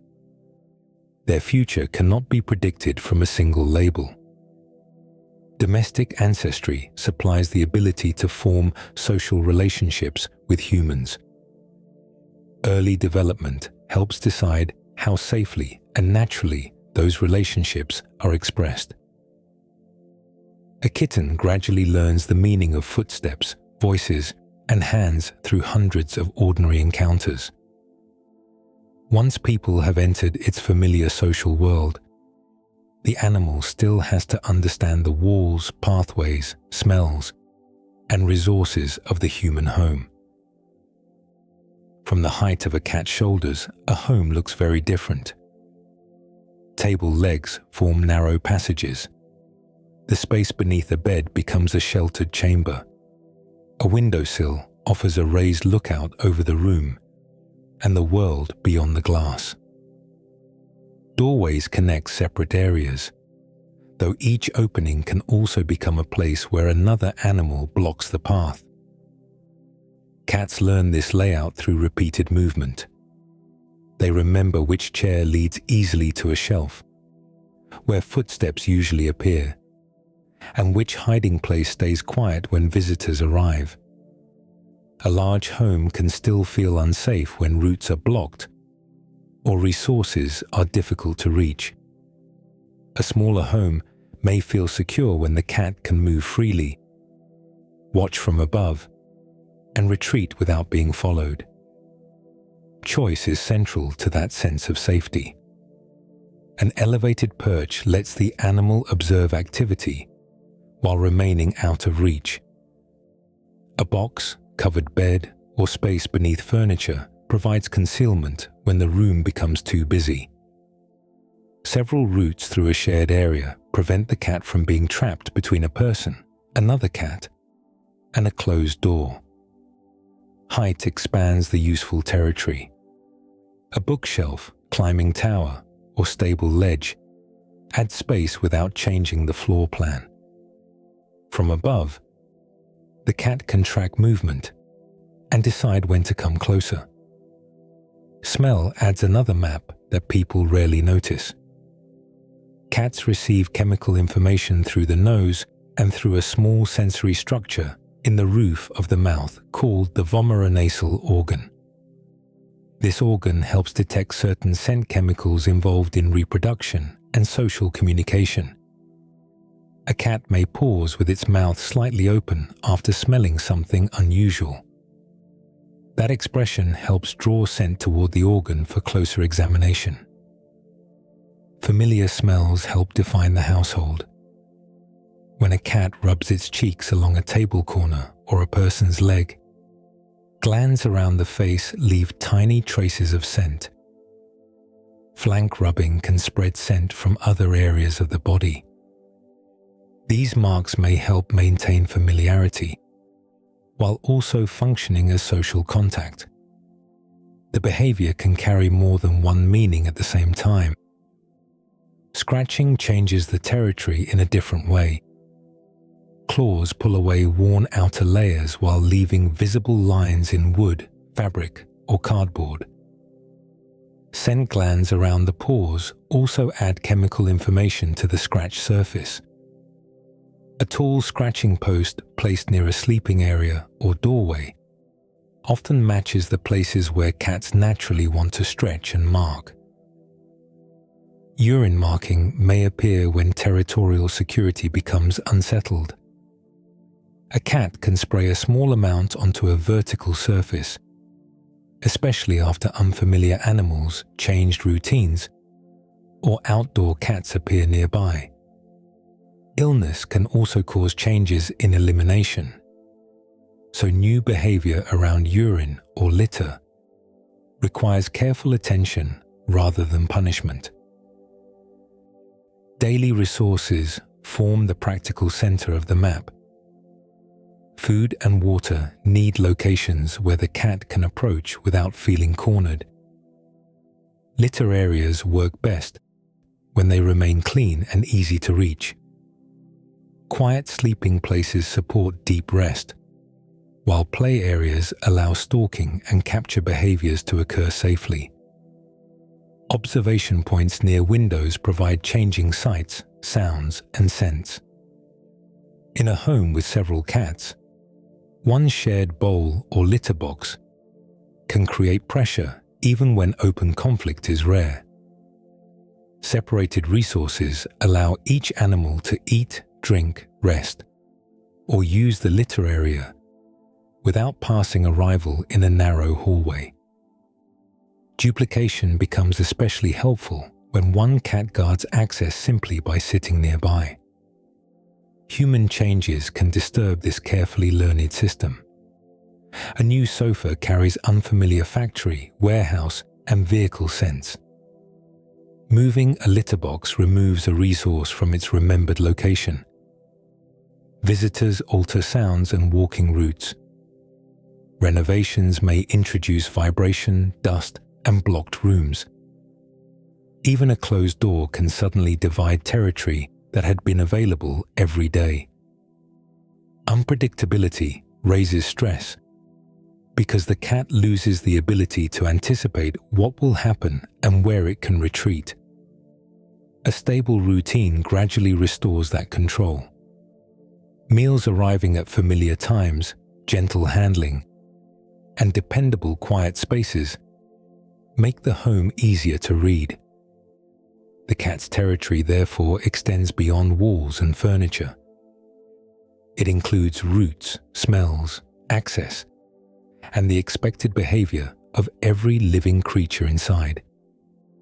Among those moving parts, one familiar person may become especially important. The caregiver controls doors, food, play, and much of the household rhythm. With enough safe experience, that person can provide security even when the surrounding place is unfamiliar. That role becomes clearest when the cat enters a room it has never seen before. The floor carries unfamiliar smells. The walls offer no known hiding route, and every object sits outside the animal's learned map. A familiar caregiver enters with the cat and remains nearby for 2 minutes. During that time, the animal may inspect the room, stay close to the person, or move back and forth between exploration and contact. The caregiver then leaves for 2 minutes. Some cats call, wait near the door, or reduce their movement while the familiar person is absent. After the caregiver returns, researchers observe the cat for another 2 minutes. This type of experiment is called a secure base test. The phrase secure base describes a familiar individual whose presence makes it easier for an animal to investigate an unfamiliar place. A securely attached cat may approach after the reunion, accept brief contact, and then return to exploring. Its comfort does not appear as permanent clinging. The caregiver helps the animal settle enough to direct attention back toward the room. That recovery is an important part of the pattern. Insecure behavior can take several forms. One cat may remain highly distressed after the reunion and struggle to settle. Another may avoid the caregiver despite showing stress during the separation. Some animals seek contact while also resisting it, perhaps twisting away or remaining tense when touched. These patterns describe behavior observed during a short test. They do not provide a complete explanation of the cat's personality or every relationship in its life. A study published in 2019 used this method with kittens and adult cats. 70 kittens produced behavior clear enough to be classified. Approximately 64% were placed in the securely attached group. The remaining 36% showed one of the insecure patterns. Researchers also tested 38 adult cats. The result was similar, with about 66% classified as securely attached. Those proportions closely matched the pattern found among the kittens, suggesting that attachment to caregivers can remain meaningful beyond early development. Part of the kitten group then completed a 6-week socialization course. The program gave young cats additional experience with people and new situations. When the secure base test was repeated, most attachment classifications stayed the same. That stability suggested that the observed pattern reflected more than a temporary reaction to one unfamiliar room. The study offered important evidence that many cats use familiar humans for emotional regulation. Emotional regulation means returning toward a calmer state after something uncertain or stressful happens. A known voice, familiar smell, and predictable response can help lower the cat's level of alarm. Once that alarm decreases, exploration becomes easier. This does not mean feline attachment is identical to the bond between a human child and parent. Cats develop within a different social system and depend on people in different ways. The secure base test measures patterns of approach, separation response, and recovery. It cannot reveal every feeling carried by the animal. Scientists also continue debating how attachment categories should be defined and measured across species. Even with those limits, the findings move the human-cat relationship beyond simple food seeking. A bowl may motivate a cat to enter the kitchen. Food alone does not fully explain why an animal becomes calmer when one particular person returns to an unfamiliar room. Daily history gives that person special meaning.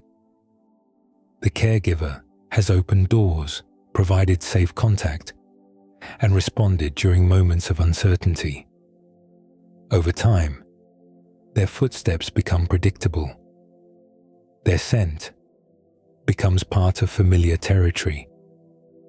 The sound of their voice can signal that the environment is returning to normal. This helps explain why some cats follow a person through the house, without constantly asking for touch. The animal may rest on a nearby chair, move into the same room, or wait outside a closed door. Proximity itself can provide information and security. When the caregiver leaves, the cat may continue resting because the home remains familiar. Inside a strange clinic, hotel room, or new apartment, that same person may matter much more. A human can therefore become a portable piece of safety. The walls may change and the sense may be new. While one familiar presence continues to connect the cat with its established world, much of this bond remains quiet. It becomes easier to notice through the small signals that pass between species. An ear turning toward a name, a particular meow used near a person, or a slow narrowing of the eyes across a room. A familiar voice reaches the room, and one ear turns toward it. The cat's body may remain still. Its eyes may stay half closed. That small ear movement can still show that the sound has been noticed and separated from the other words around it. Researchers tested this ability in 2019 using a method called habituation and dishabituation. Habituation happens when a repeated sound gradually loses its effect. A cat hears several similar words spoken in the same voice. At first, the ears may rotate or the head may lift. After several repetitions, the response usually becomes smaller because the sounds no longer seem new. The cat's own name is then spoken. When attention returns, perhaps through a head movement or a change in ear position, the renewed response suggests that the animal detected a meaningful difference. Household cats in these experiments distinguish their names from ordinary nouns with a similar length and rhythm. Under some conditions, they also separated their own names from the names of cats living in the same home. The ability did not depend entirely on one familiar speaker. Some cats responded differently even when an unfamiliar person pronounced the name. Most reactions were quiet. The cat commonly moved its ears or turned its head. Fewer than 10% responded with a more obvious action such as walking forward, moving the tail strongly, or making a sound. A name does not carry the same meaning for a cat that it carries for a person. Repeated experience gives it predictive value. That sound may be followed by food, touch, a door opening, or a trip to the veterinarian. The cat learns that one pattern of human speech often concerns it directly. Cats also produce signals that work especially well on humans. Adult cats do not usually rely on meowing as their main form of communication with other adult cats. Scent, posture, facial movement, and physical distance carry much of that information. Meowing becomes especially noticeable in relationships with people.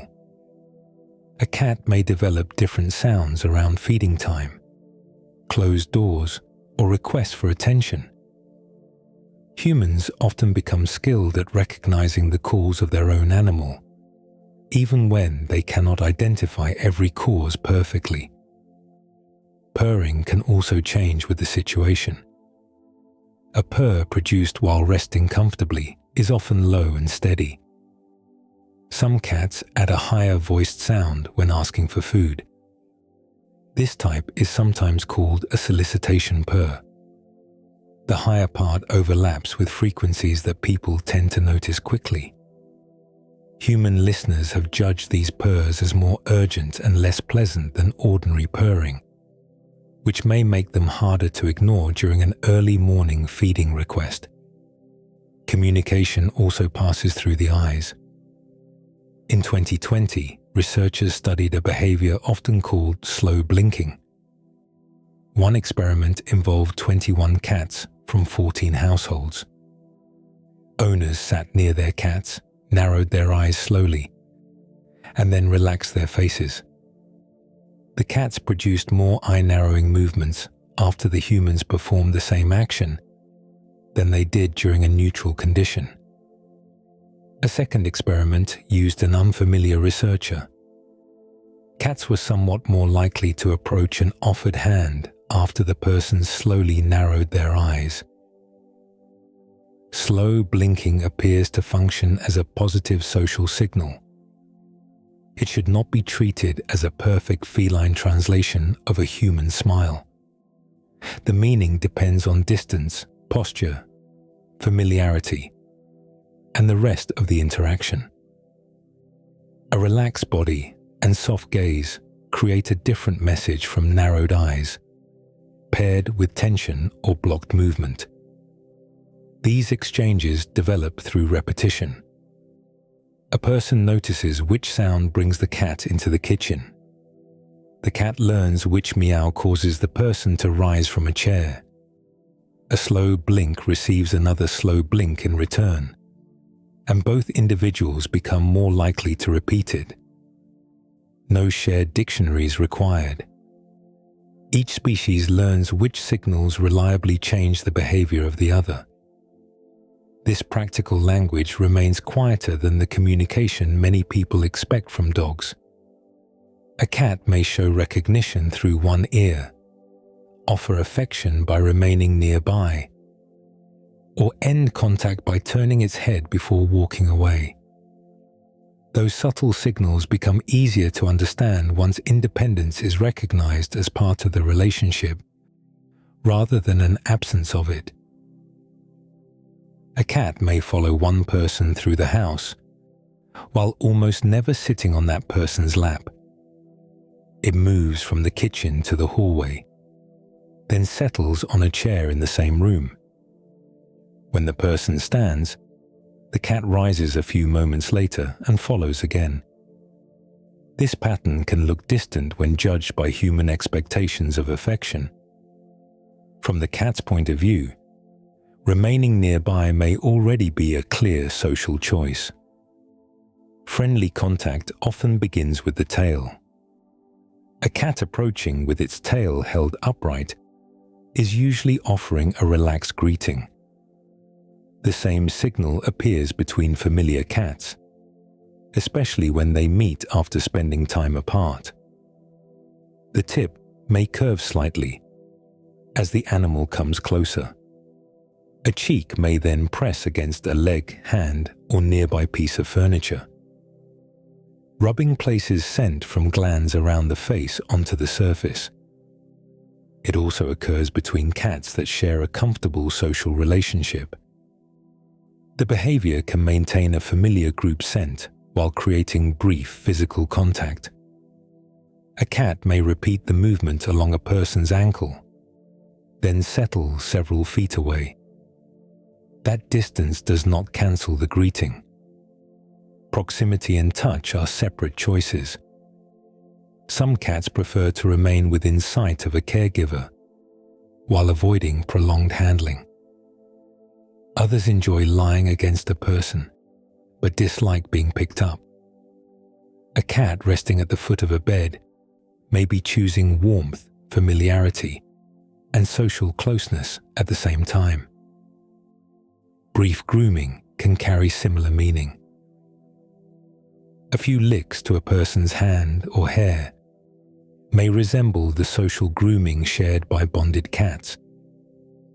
The behavior often ends quickly because feline grooming interactions are usually made of short periods rather than endless contact. Sleeping posture also gives clues. A cat stretched on its side with loose muscles feels safe enough to reduce its readiness for immediate movement. Rolling onto the back exposes the abdomen, one of the body's most vulnerable areas. This position often reflects relaxation or trust. It does not automatically invite a hand to touch the stomach. Many cats protect that region by gripping with the front paws and kicking with the hind legs when contact arrives unexpectedly.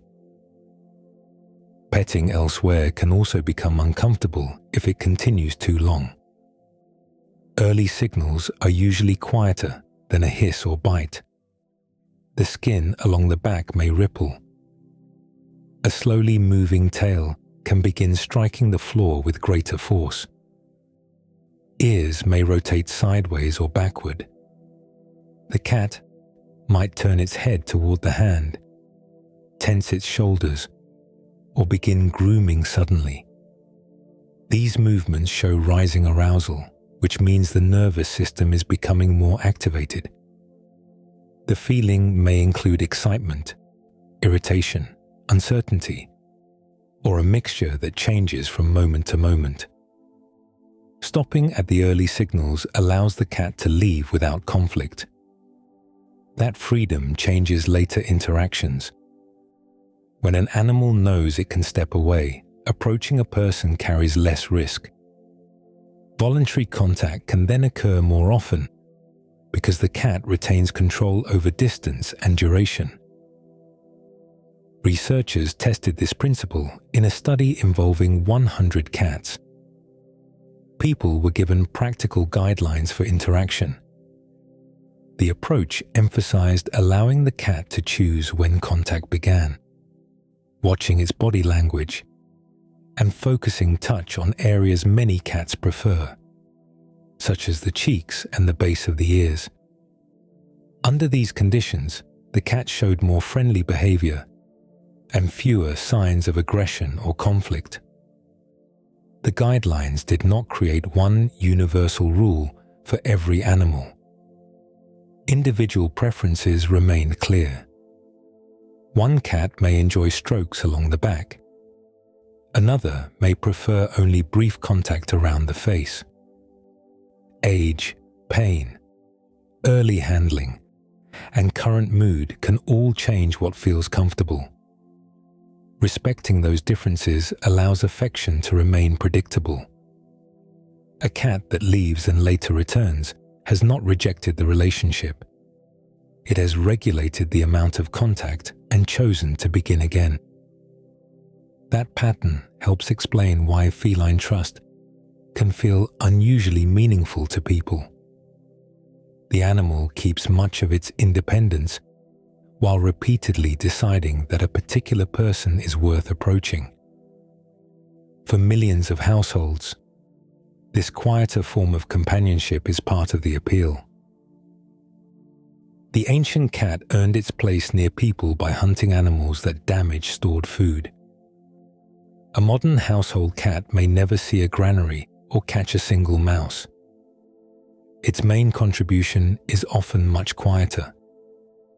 It waits near the door when someone returns home, sleeps beside a desk during work, or settles on the sofa during the final hours of the evening. Warm physical contact forms part of that appeal. A cat's normal body temperature is around 38 to 39 degrees Celsius, several degrees warmer than the surface of human skin.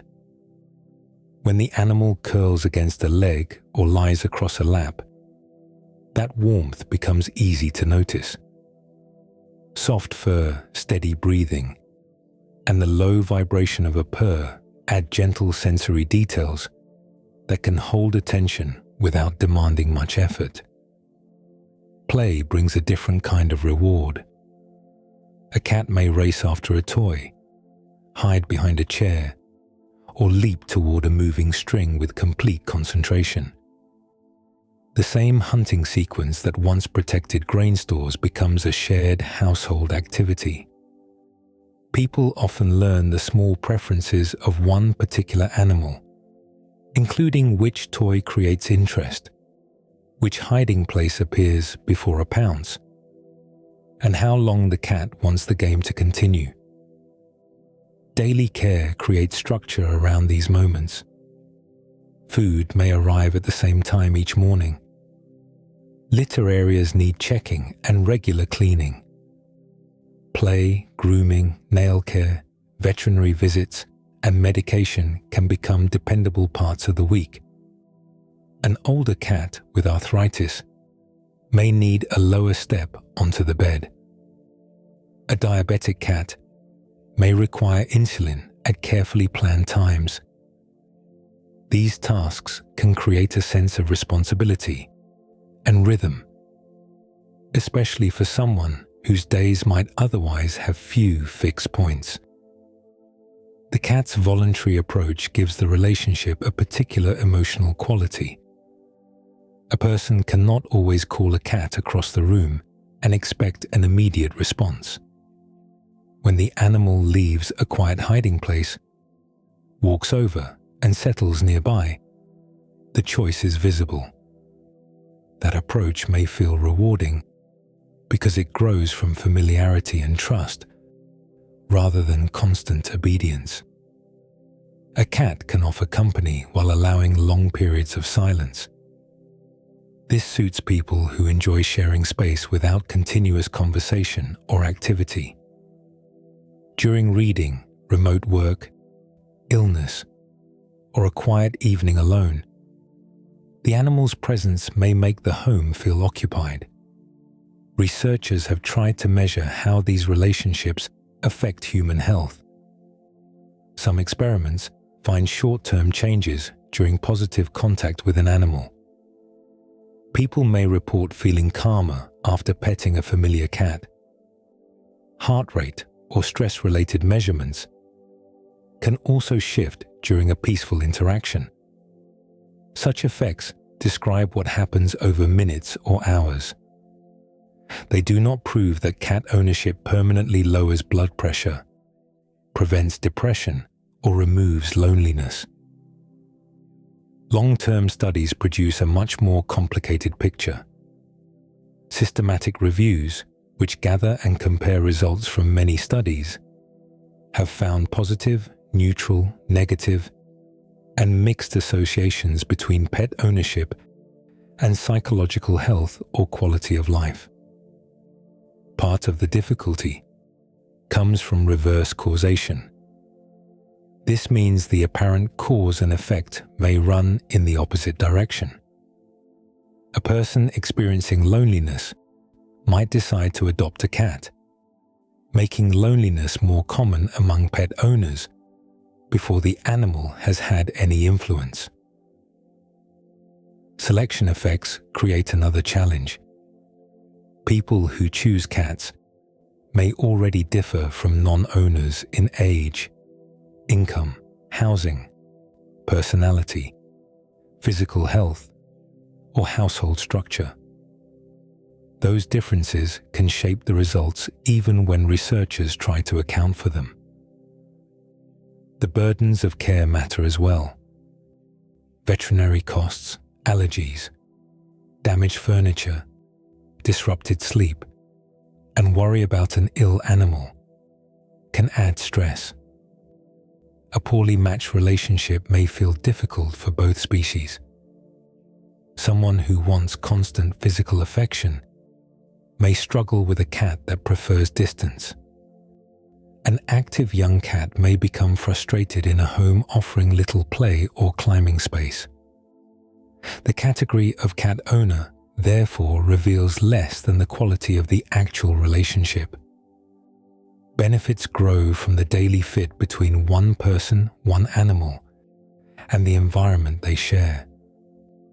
For many people, that fit brings routine, touch, gentle amusement, and a familiar presence during quiet hours. The cat has moved far beyond its first role beside stored grain. Its value now comes largely from what unfolds between two individuals over thousands of ordinary days. That companionship can appear easy because the animal is small, self-grooming, and able to use a litter area. Yet a body that fits comfortably inside an apartment still carries the needs of a hunter, climber, and territorial animal. Inside a modern home, cats solve several practical problems with unusual ease. their small bodies fit comfortably into apartments. Most learn to use a litter area without daily outdoor trips. They spend many hours resting and clean their coats with a rough tongue covered in backward-facing hooks called papillae. These traits allow cats to share homes with people whose schedules or living spaces may not suit a larger animal. Comfortable survival still depends on more than food and a clean place to eliminate. A cat's nervous system expects opportunities to climb, search, hide, scratch, and watch movement from a secure position. When those actions disappear from daily life, frustration can build even inside a warm and protected home. A hiding place serves a clear biological purpose. Inside a covered bed, box, or quiet space beneath furniture, the cat can reduce visual contact with anything uncertain. This lowers the need to remain alert. A hiding area also gives the animal control over when social contact begins again. Elevation provides another form of security. A stable shelf or climbing structure expands usable territory without increasing the size of the room. From above, a cat can observe footsteps, other animals, and opening doors before deciding whether to approach. Height can be especially valuable in multi-cat homes, where one animal may prefer to pass above another, rather than cross a narrow floor-level route. Scratching surfaces support movement, claw care, and communication. A cat stretches the muscles of its shoulders and back, while pulling downward or outward. The action removes worn outer layers from the claws and leaves a visible mark combined with scent from the paws.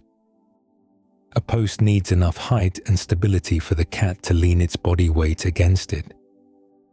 Some cats prefer a horizontal cardboard surface, while others choose upright fabric or wood. The important feature is that the surface allows the full movement safely. Food can also become part of the cat's behavioral environment.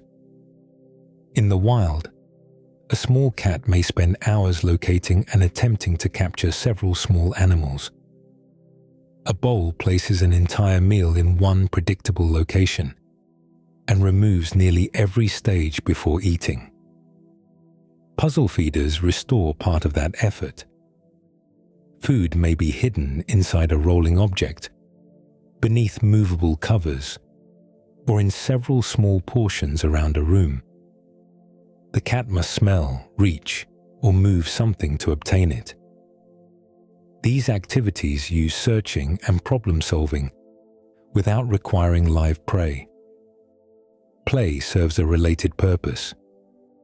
Several short sessions often fit feline behavior better than one long period of continuous exercise. A toy can disappear behind furniture, pause, then move again.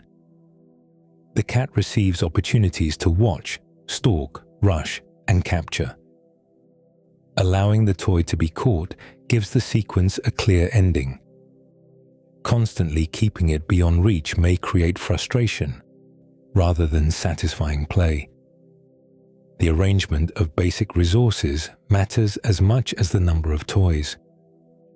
Food and water can be separated because many cats prefer drinking away from where they eat. Litter areas need quiet access and regular cleaning. A cat that must pass another animal to reach its box may begin delaying elimination or choosing a different location. In homes with several cats, duplicate resources work best when they are spread apart. Two bowls placed side by side still form one feeding area that a confident cat can control.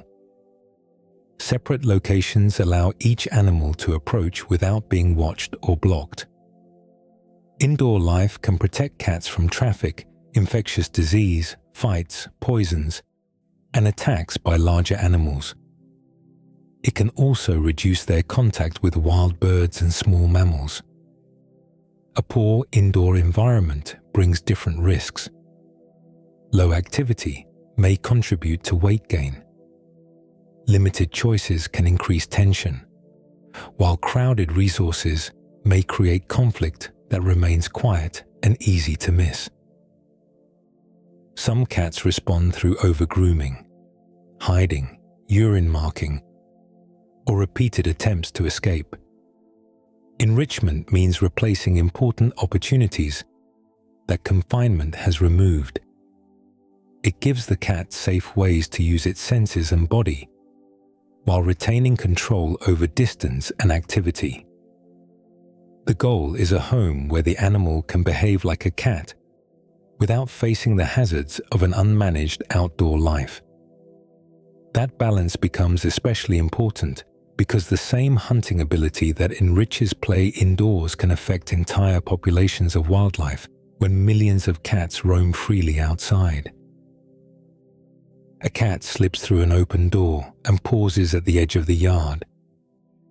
It may stay close to the house, moving beneath shrubs and along fences it has visited many times before. Another cat travels several streets away. Across the same neighborhood, their routes may overlap with those of lost pets, abandoned animals, and cats born outdoors with little direct human contact.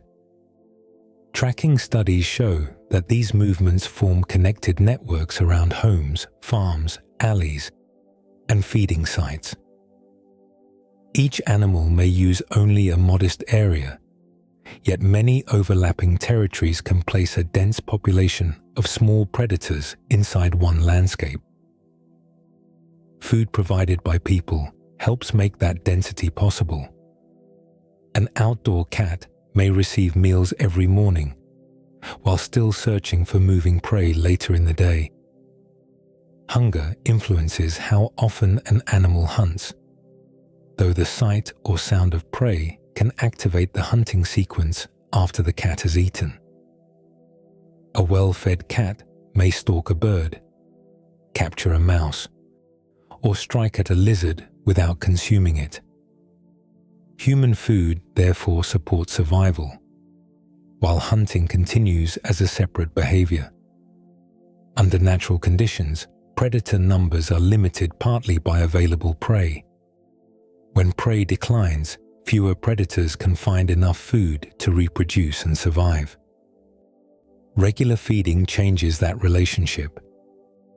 Several cats can remain in one area even when local wildlife could never support them on its own. Ecologists call this a food subsidy. The extra food comes from outside the natural food web and allows predator abundance to remain unusually high. The effects vary greatly from one place to another.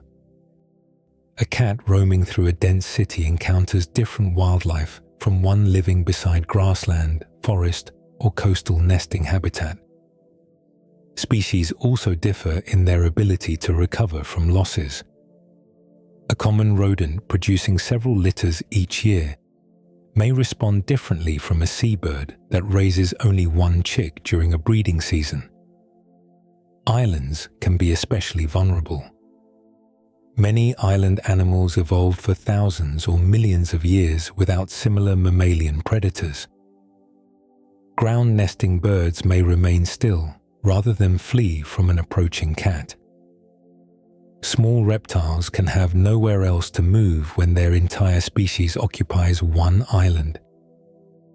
Introduced cats have contributed to severe declines and extinctions in several island ecosystems, often alongside rats, habitat change, and other human pressures.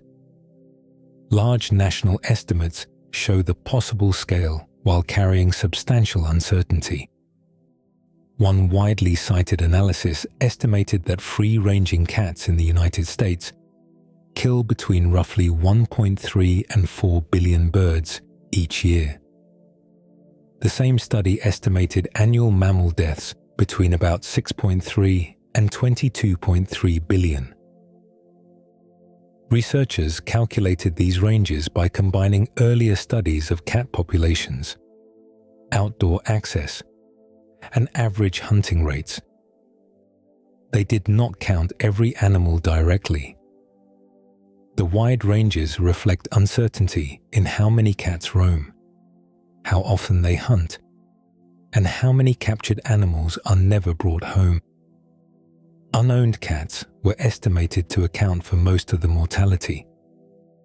This broad group includes animals receiving occasional food, cats living in managed colonies, and individuals surviving with very little human contact. Their circumstances differ, which makes management difficult. A plan suitable for a suburban neighborhood may fail on an island containing rare nesting birds. A farm may value cats for rodent control while facing different ecological conditions from a protected wetland. Human responsibility begins before an animal enters these populations. Sterilization prevents unplanned litters. Microchips and visible identification improve the chance that lost pets return home. Preventing abandonment stops household animals from entering outdoor populations without support.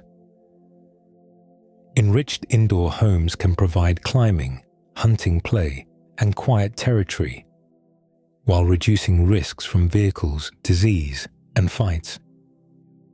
Enclosed patios or fenced cat spaces offer fresh air and changing scents without allowing unrestricted hunting. Population programs require local evidence. Some places focus on removing cats from highly sensitive habitats.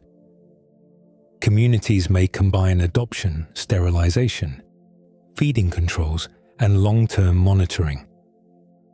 Success depends on geography, available resources, public cooperation, and the wildlife being protected.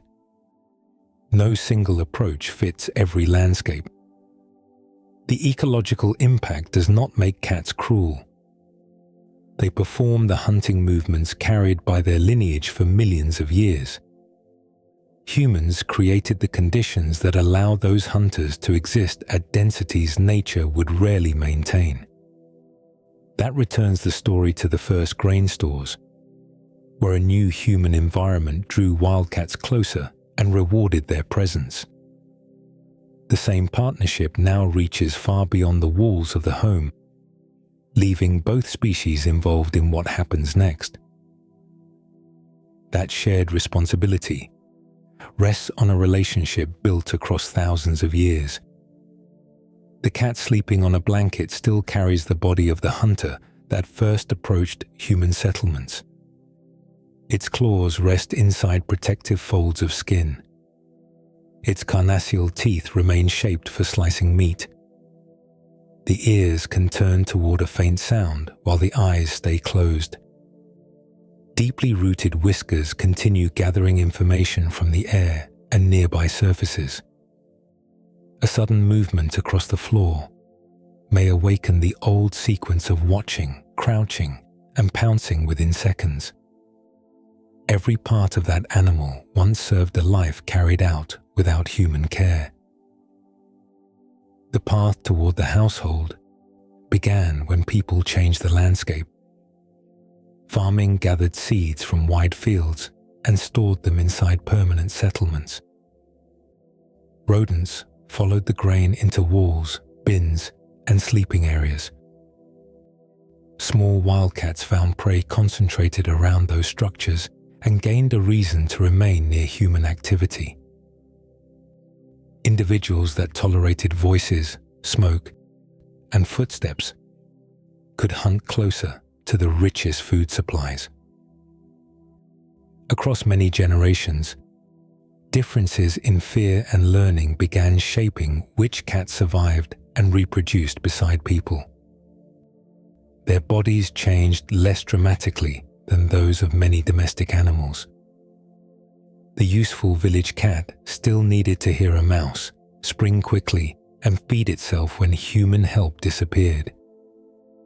people gradually added new layers to the arrangement. Cats were carried across roughly 70 kilometers of open water to Cyprus more than 9,000 years ago. In Egypt, injured animals survived long enough for broken bones to heal. Families of cats were buried together, and feline images entered household art and religious life. The strongest current genetic model gives North African populations a central role in the domestic cats that reached Europe around 2,000 years ago. Roman ships, military routes, and grain networks then moved them across distances that natural dispersal would have taken centuries to cover. The house cat occupied a rare biological opening. Its few kilograms of body weight made ordinary mistakes survivable for humans. Its small prey diet fit the rodents living around settlements. Fast reproduction allowed populations to continue without a constant supply of newly captured wild animals. Social flexibility made familiar companions possible, even though hunting usually remained solitary. Early development completed much of the work for each individual animal.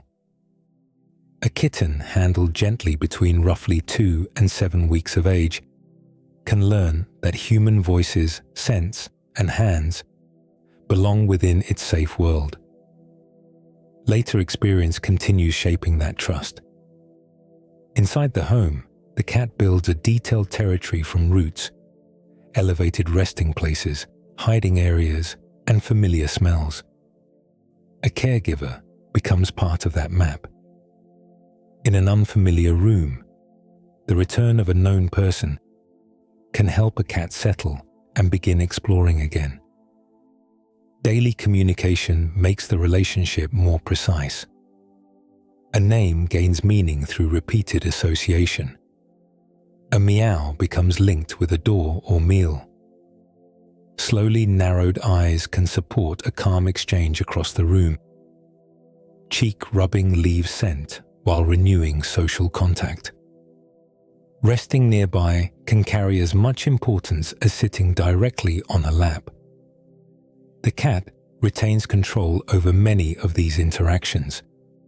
It approaches, pauses, and chooses when to leave. That independence helped the species survive before domestication and continues shaping affection inside the household. Trust develops because contact remains predictable and because retreat remains possible. Wild behavior and companionship now operate within the same animal. The pounce directed at a toy grows from the system that once caught rodents beside stored grain. Territorial sensitivity explains both the comfort of a familiar room and the stress caused by blocked routes or unfamiliar smells. The ability to hunt independently supports playful indoor behavior and produces serious ecological consequences when cats roam through vulnerable habitats. Human care determines where those inherited abilities can be expressed safely. The sleeping cat therefore carries no contradiction that needs to be resolved. Its feline nature remained compatible with closeness because its size, ecology, reproduction, learning, and social behavior happened to align with human life. People supplied concentrated prey, shelter, transport, and eventually direct care. Cats supplied rodent control before becoming familiar companions with distinct preferences and relationships. A cat may now lift its head when one person enters, recognize the sound of its name, and settle again because the room feels secure.